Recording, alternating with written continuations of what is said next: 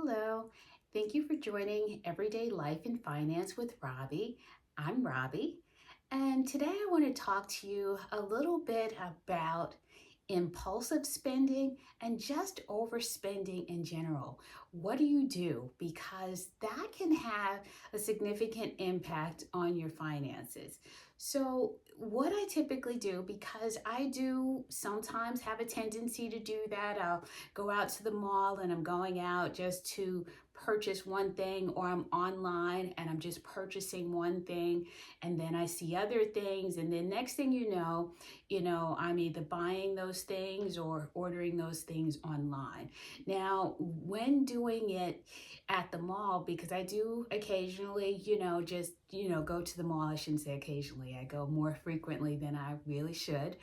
And I will go because some things I need to try on and I need to know that or I need to see them in person if I'm buying something for the house. But if I'm buying clothing or things like that, I like to try it on. Sometimes I may try it on and then order it online later on. But I just like to get a feel for it. So, what I typically do is when I go shopping, if I'm buying something that wasn't on the original plan, if I'm just going for something specifically, I will typically, when I come back in, I will kind of let my bags sit my bags and kind of just think about it overnight, a few hours before I put these things away, to make certain that what I purchased are things that I love. Because I don't purchase anything that I don't love unless it's a necessity or something like that. And even those necessities, I try to make certain that it's, what I really, really want and, what I need. But I try to make certain that any of my purchases are what I love, because sometimes I get caught up in the sales people telling you, oh, this looks great on you. This is great. You'll love this. Get this one. And I get kind of caught up. And once I get home, I'm like, hey, I didn't really love that, or I didn't really love that color. I don't hesitate to take it back. So I like to analyze my purchases, before I purchase them and even after. There are times also, like if I go to the mall, that I will try something on, think about it, and then I will go out to lunch or something like that and think about it some more. And I'll tell the salesperson, hey, I'll come back, shortly. And they'll try everything that they can to get you to stay, because I guess they figure you're not going to come back. But I mean, it's up to you. So you need to make certain that you love what you purchase. You don't want to buy something, have it in your closet, and then have it sit with the tags on it and you never use it, or later on you get it and you decide, no, I don't want it. I'm famous for doing that with shoes, or I used to, get shoes and, maybe they're not as comfortable. Maybe the heel is a little bit higher than I want them to be. And they're fine in the store if you walk like 2 minutes. But then once you get them home and you go to wear them out somewhere, you're like, these really weren't comfortable. And you end up wearing them one time and you paid, a lot for them. So I like to make certain. So I'll get something home, even shoes, I'll get something home and I'll walk around and in the house at home just to make certain that they are comfy and that they're what I want. So I just don't want you to feel, some people are uncomfortable with returning things. Don't be.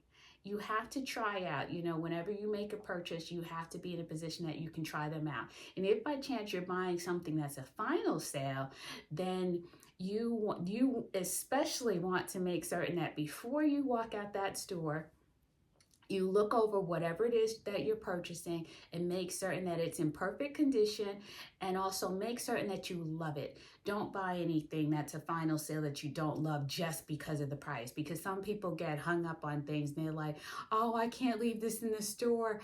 It's X amount of dollars. I just couldn't leave it there. I know I can find something to wear with it.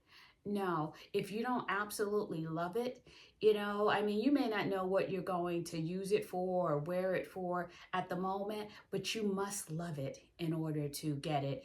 with the final sale, to make certain. That's even with home goods and other things. Make certain that you love what you're getting, because you're spending your hard-earned money on it, and you need to make certain that you maximize, how your dollars are spent, that you are spending your dollars on things that you love and things that will enhance and improve your life in some way, whether it makes you happy or whatever. You always want to stay within budget. I talk about budget and making certain that you have that all planned out, but you also want to make certain that you enjoy your money a little as well. It's no fun just to save everything and not do anything with it. You have to live a little. We're not here forever, so you have to live a little. So I'm just coming to you to talk a little bit about impulse spending. If you bought a lot of things and you don't love them, don't hesitate to take them back or send them back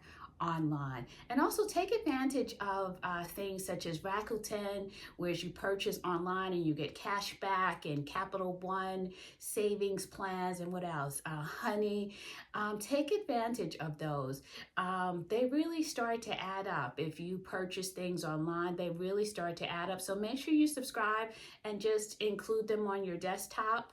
And whenever you shop online, check to see if they have any offers, or if they are, have any promo codes or online codes. So I always shop for those. And that's sometimes why I will go in the store and try something on.